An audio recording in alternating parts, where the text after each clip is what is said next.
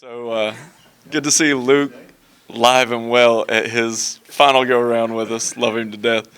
Welcome to Championship Week. This is what everybody's been preparing for. It's great to be a part of it this week, obviously. Headed down to Louisiana this week to take on the Raging Cajuns, 7:30 on ESPN Saturday night at Cajun Field. Here to talk about Louisiana and championship, Coach Huff.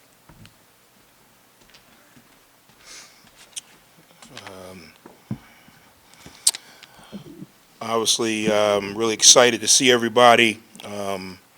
Huge thank you to all of you guys for an unbelievable season so far and covering our guys. I know a lot of you guys do multiple games and jobs to get here, so I really appreciate that. In all seriousness, Luke, appreciate your tenure here with us. These last 4 years have been phenomenal. From starting, I think you started as our recruiting, information, right? Is that what you kind of started? Yeah. And then you transition into more of the holistic writing, and honestly, I appreciate it. You do it the right way. You do it with class. Our players, our program was represented well. Our university was represented well, and the way you managed the writing and the information sharing from our program, so we appreciate that. Really great opportunity to make history. Yes, this has been a process that I talked about 4 years ago, building to this level. Although we all, myself included, would have loved to see it happen at a lot quicker rate, but the process is the process. For a reason, and we've adapted, we've adjusted, we've been supported, not only in-house with our administration and our in-house support, but externally as well with the fans and the donors and the supporters, the former players, the alumni. This is a moment for all of us to celebrate. The first Sun Belt East Conference champions.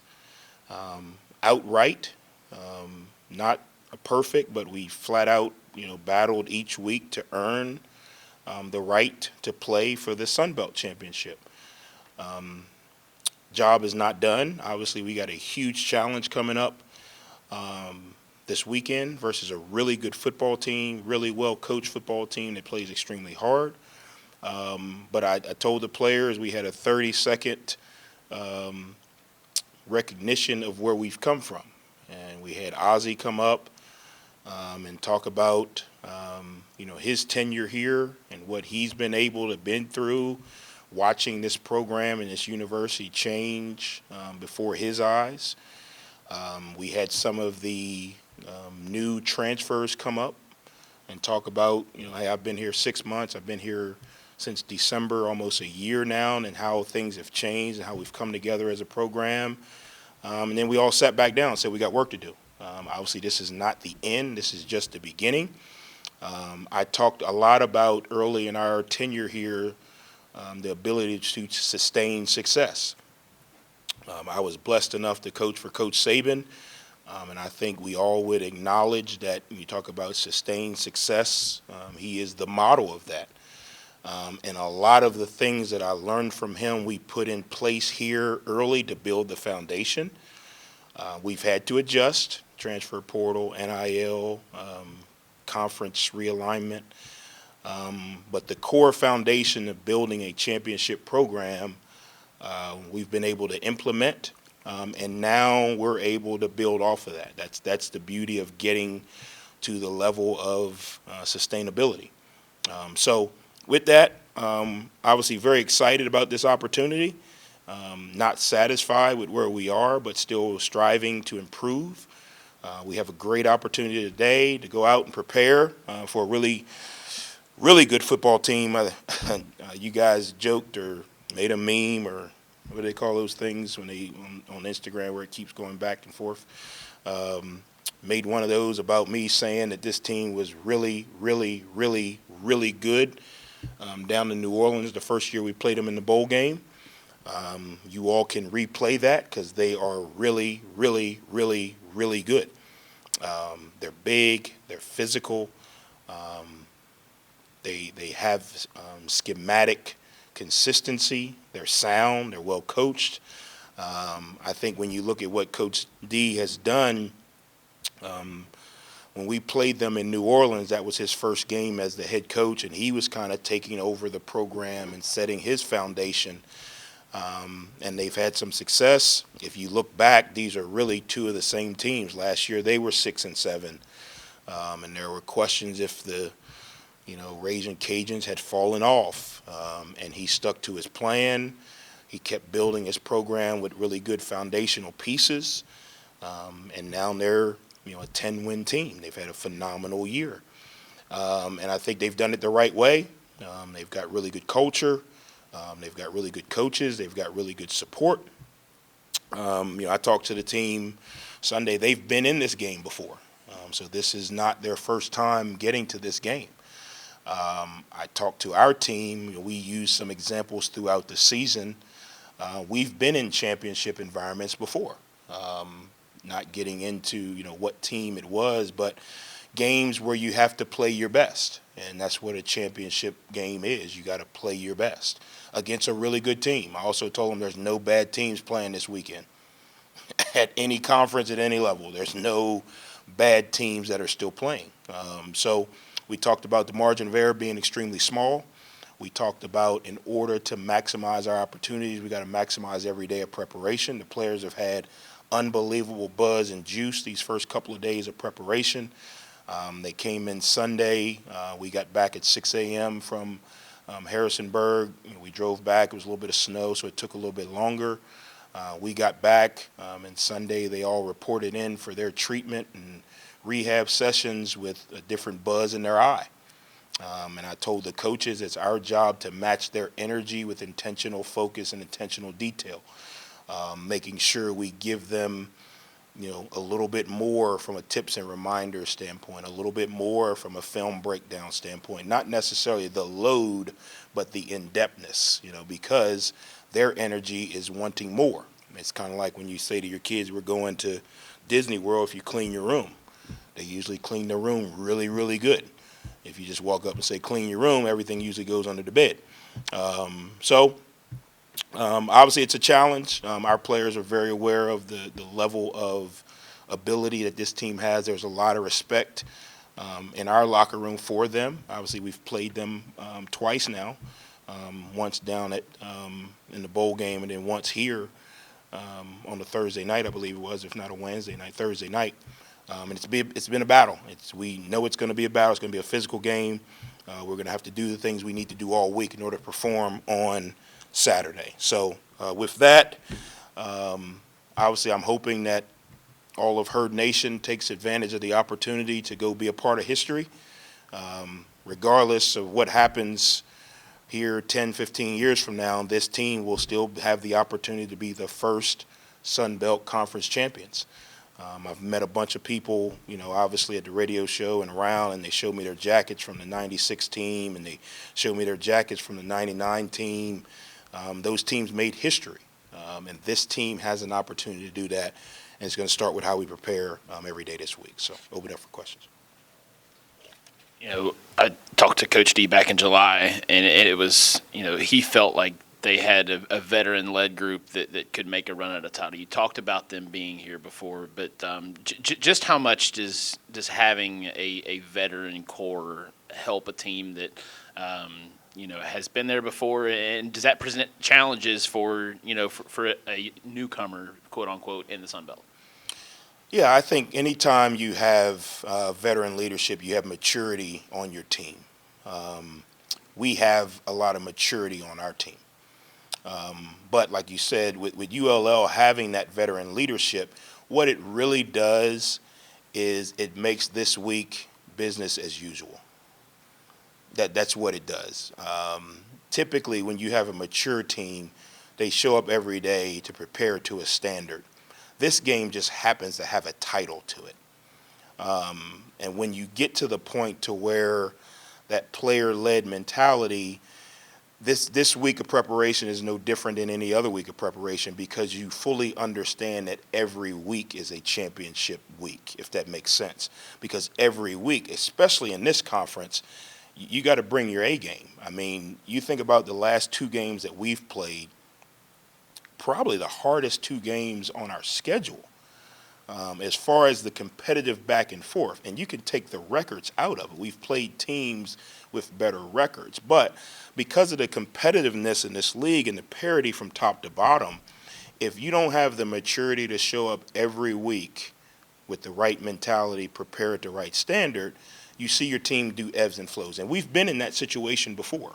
We've been in a situation in years past where we didn't have, and it's my fault, we didn't have the level of maturity, not necessarily age. It's not, we have a bunch of seniors. It's the level of competitive maturity that you have to show up every Monday with the same mentality, every Tuesday. Obviously, they're kids, so they get it, right? We win this game, we go to the championship game. But you can't have it, to ebbs and flows where, this week is just so-and-so opponent. It's got to be, hey, every week we prepare to a standard, and now which makes this week no different than any other week. So I think ULL has the opportunity because of their competitive maturity to be in a little bit more of the normal routine, which our players should be in that same area. Coach, I know in a couple of instances you've addressed the coaching room or innuendo stuff. I'm curious how you keep the players laser focused, especially this week with so much on the line. Yeah, they're the 18 to 22-year-old kids are more resilient than anybody. I addressed it with them on Sunday. They read Twitter all the time, so they know BS, they know nonsense, they know rumors, they know parody accounts. And also, what we don't realize is they live in this world anyway. If we think that there hasn't been schools hitting our guys up all season about the opportunity to go into the portal and come, create value for themselves at other places, we're idiots.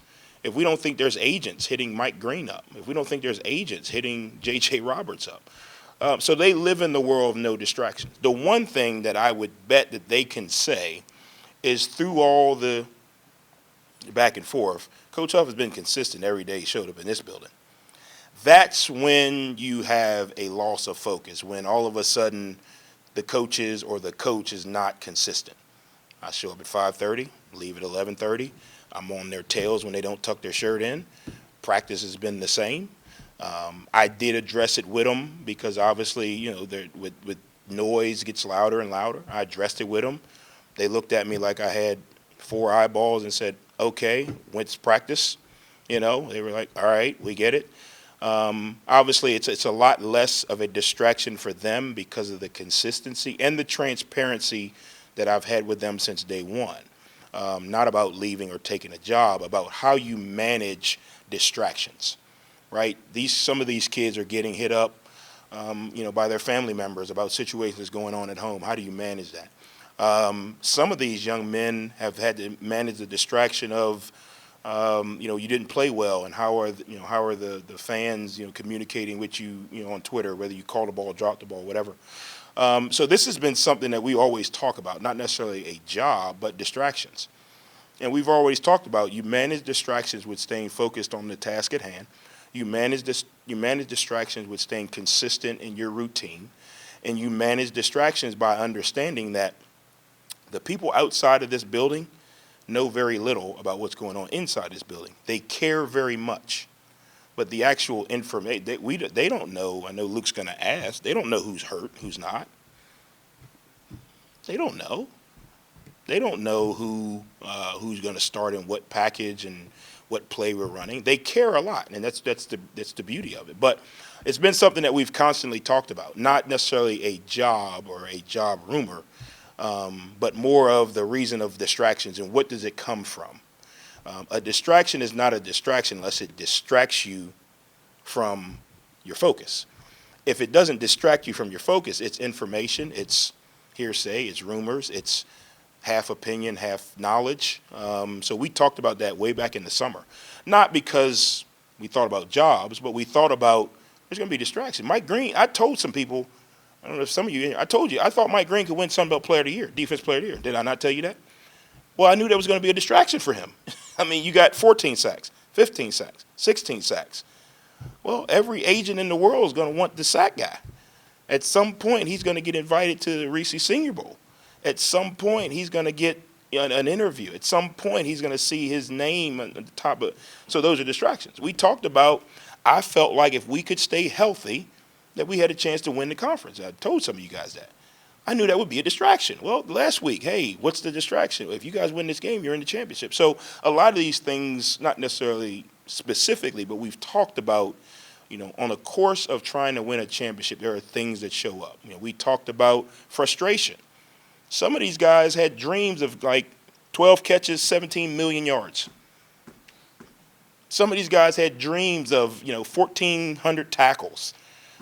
So how do you handle the frustration when you don't have that? So we talked about a lot of those things in our summer camp, and not, specifically A and B, but what happens that derails championship runs or good seasons?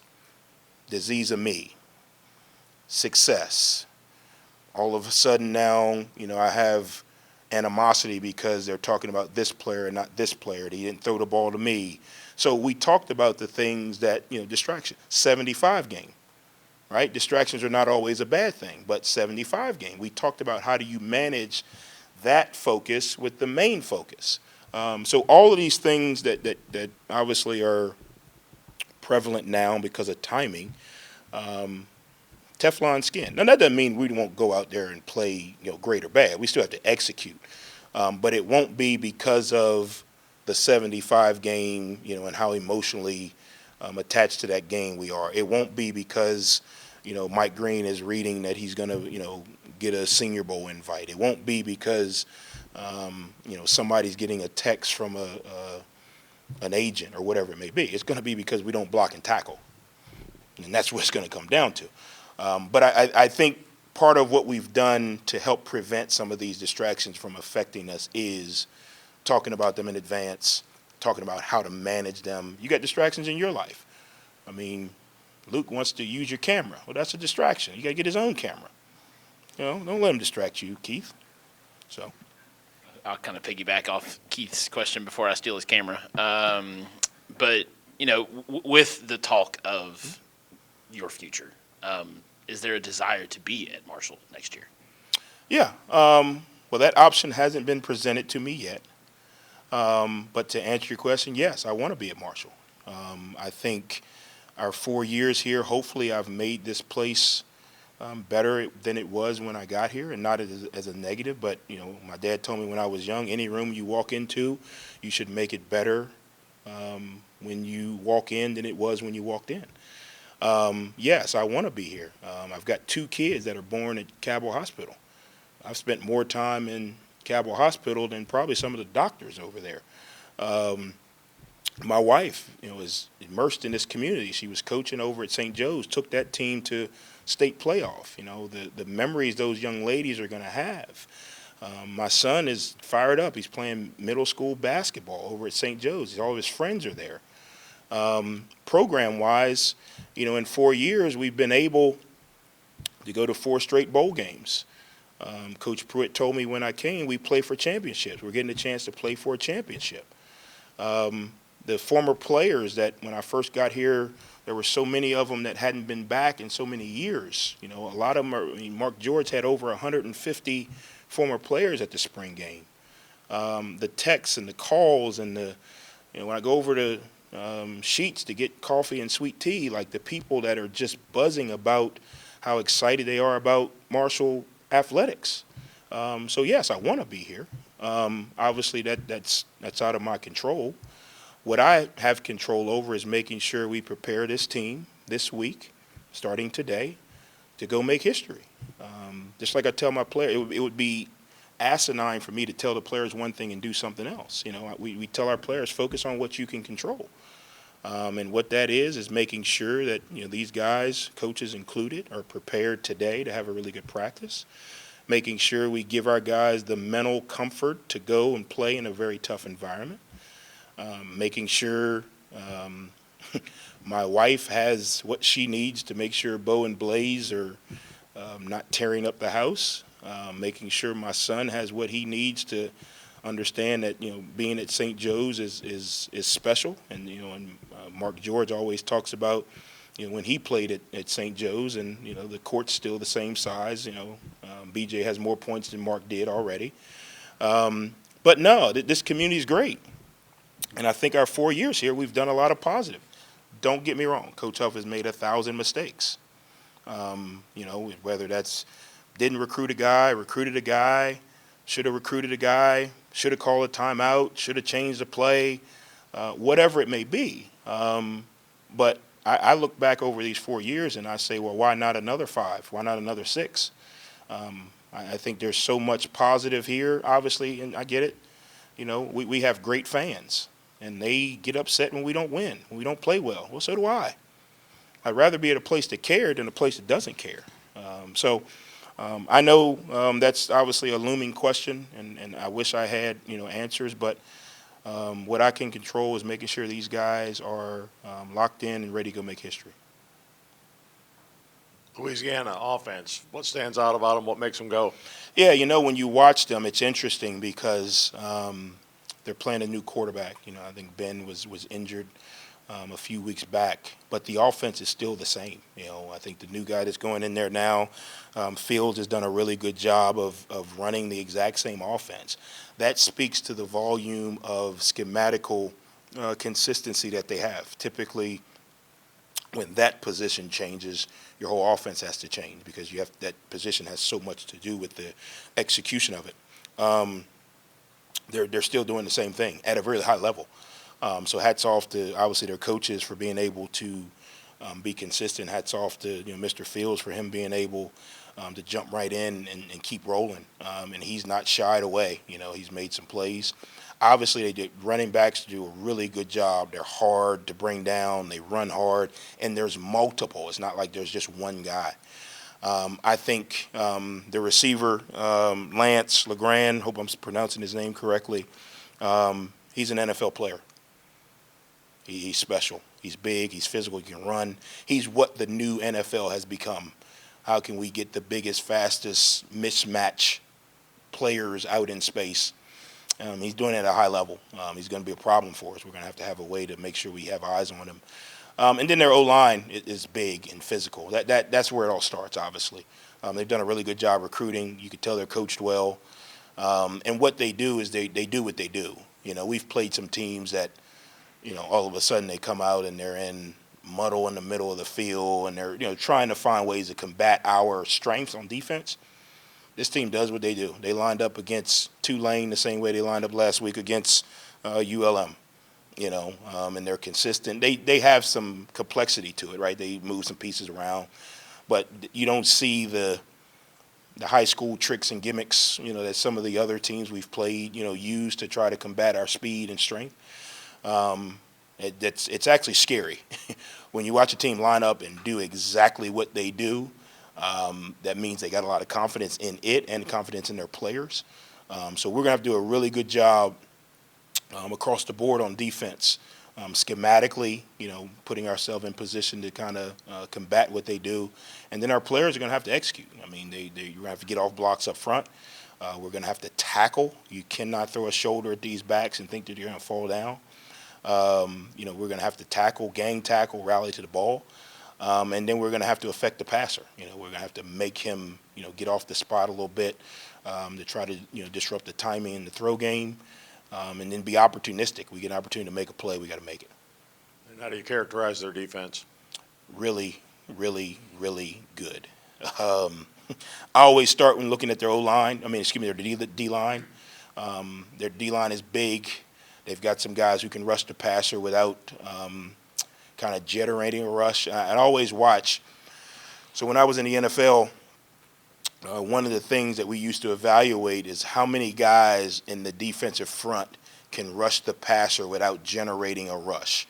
What that means is without twisting, slanting, picking a guy, blitzing, Like, who can just line up and rush? Mike can do that. Mike Green can do that. He can rush the passer without generating a rush. We don't have to necessarily blitz a guy or twist a guy. He can get there. They've got 3 or 4 guys up front that can generate a rush without needing help. So that creates issues in the pass game. Their linebackers are big. They're physical. They're downhill. So that creates issues in the run game, because if you have guys up front on the D-line who are big and physical, you got to spend a little bit more time on your combos.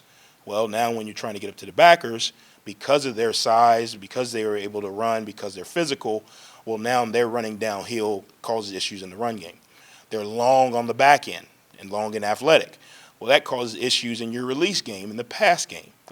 You look at this team, they got really good length. And you really don't think about that, but just think of it. If everybody on the team, on the defense, just stretched their arms out, they probably cover up a lot of grass. So even though they may not be in zones when you're trying to throw the ball in zones, they're really in the zone, if that makes sense. Even though they may not be able, if they're playing man or they're in some type of man coverage, to be in the throwing lane, because of their length and speed, they can get there. So those are the things that we got to make sure we understand. When you're trying to run the ball, when you have guys with length and you have guys with speed, those lanes close up quickly. I look at them built like an SEC team. If you look in the SEC, that's the thing that jumps out, is this length and the size. And that's what they look like, because they've got really good length on defense. They got really good length in the back end, and their receivers, like we talked about. Lance is a really long, physical guy. That creates issues, because I can't schematically make my guy taller. It's going to take some recruiting. So schematically, we have to try to put our guys in great space where we can't combat length and we can't combat size. So that's where they cause some issues with just their physical presence. And then on top of that, because their systems are so consistent, the guys play with a lot of continuity. They're not confused. They're not in the wrong place often. There's very few explosive plays on film from these guys. So it's going to be a battle. Every yard is going to be a scratch and a claw. Every opportunity to make a play is going to be contested, so we got to be prepared for it. Obviously, you've talked the last couple weeks about one more opportunity, one more guaranteed opportunity. Obviously, this week no different. Several guys that were inactive for a variety of different reasons on Saturday. Do you expect any of those guys to be available? And then also, how do you kind of protect players from going out there maybe if they're not ready? If they look at this game as like their last opportunity. Yeah, all of those guys are anticipating to be back. The ones that were playing prior to last game, all of those guys anticipate to be back. I think, again, I've got a lot of trust in our trainer, Aaron Estes. I've got a lot of trust in our doctors. I don't know if you guys know, during the bye week, we did a appreciation for our Marshall Health doctors. I signed a ball for them all. They probably punted it over the fence, but I signed a ball for them all and gave it to them, not as a, but just as a token of respect and token of appreciation, because they have so much impact on our team. All of them have other jobs, but they rotate through. Marshall Health has been a phenomenal partner with us. They rotate through every day, and they are trying everything possible to get our players back on the field as swiftly and as safely as possible. Because of that, our players really trust them. That's something that goes on in the football building that a lot of people don't really value, the trust between the medical staff and the players. Our players really trust them. So when they tell our players you cannot go, our players, even though they're chomping at the bit, they trust that this is the best decision for me. I think our medical team does a really good job of allowing our players to kind of have a return to play protocol that lets the player feel and decide, I can't go. We start with a walkthrough. We start with treatment. Then we let them do a walkthrough, and then they come over and get some physical therapy, and they put them through some of the movements that they're going to have to do, and they say, okay, if you're feeling this type of, response, it's going to be difficult for us to progress to the next step. And that has been the saving grace for us this year. because our players have trust in Aaron, our players have trust in Marshall Health. Dr. Jasko is kind of the point person that we deal with most, Likens and all of those guys that are involved. And because they've developed their own preparation to play, our guys can kind of answer the question for themselves. Instead of like you said, man, this is the championship, I'm going to go. Well, whoa, cowboy, let's start with, treatment. Let's start with, some physical therapy. Let's start with, some off the field movements. And on the same token, the ones who do go through that process swiftly and with the right safety and the right precautions and the right eyes, when they do get on the field, if they can go, they feel confident. So at least, maybe if they are 80%, right, nobody's 100% at this point in the season. Everyone's, in week 15 or whatever it may be.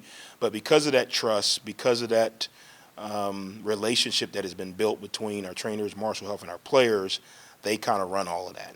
And I have, entrusted them to tell me he can go, he can. Aaron gives me a report every day. He's informed me because I'm not a doctor. I know when you become a head coach, you kind of become everything. And yes, I probably could do open heart surgery. Let me tell it. But I've trusted their process because I've seen it work. And I've seen our players respond. And I've seen our players communicate and say, yeah, this feels good. No, this doesn't feel good.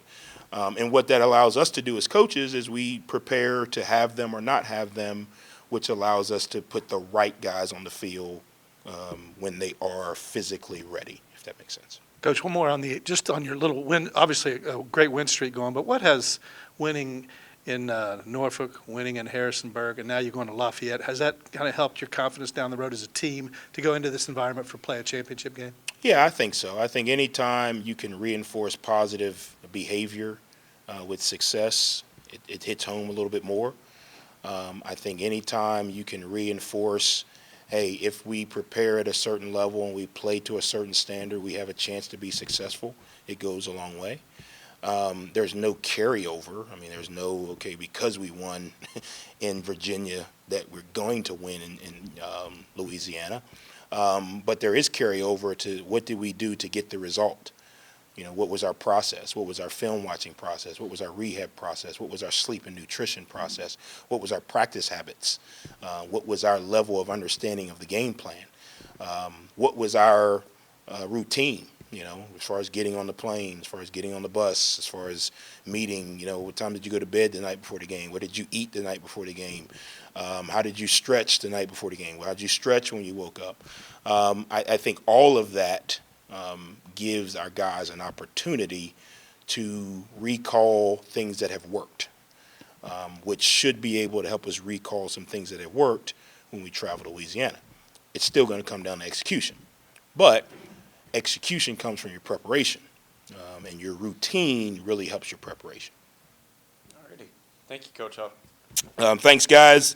Again, I'm not sure if all of you guys will make it down to the game on Friday for the press conference, but thank you guys. You guys are a part of this history-making week and week to come because what you do is as important as the players. Everyone has a role, and your role is just important. So I thank you guys from the bottom of my heart for the 75. I hope we've made them proud by having the opportunity to play for a championship. For guys that have been around this program a long time, I hope we've represented you guys this season in a championship manner, and now it's an opportunity to go take advantage of an opportunity on Saturday. So appreciate you guys. Thank you. Go Herd.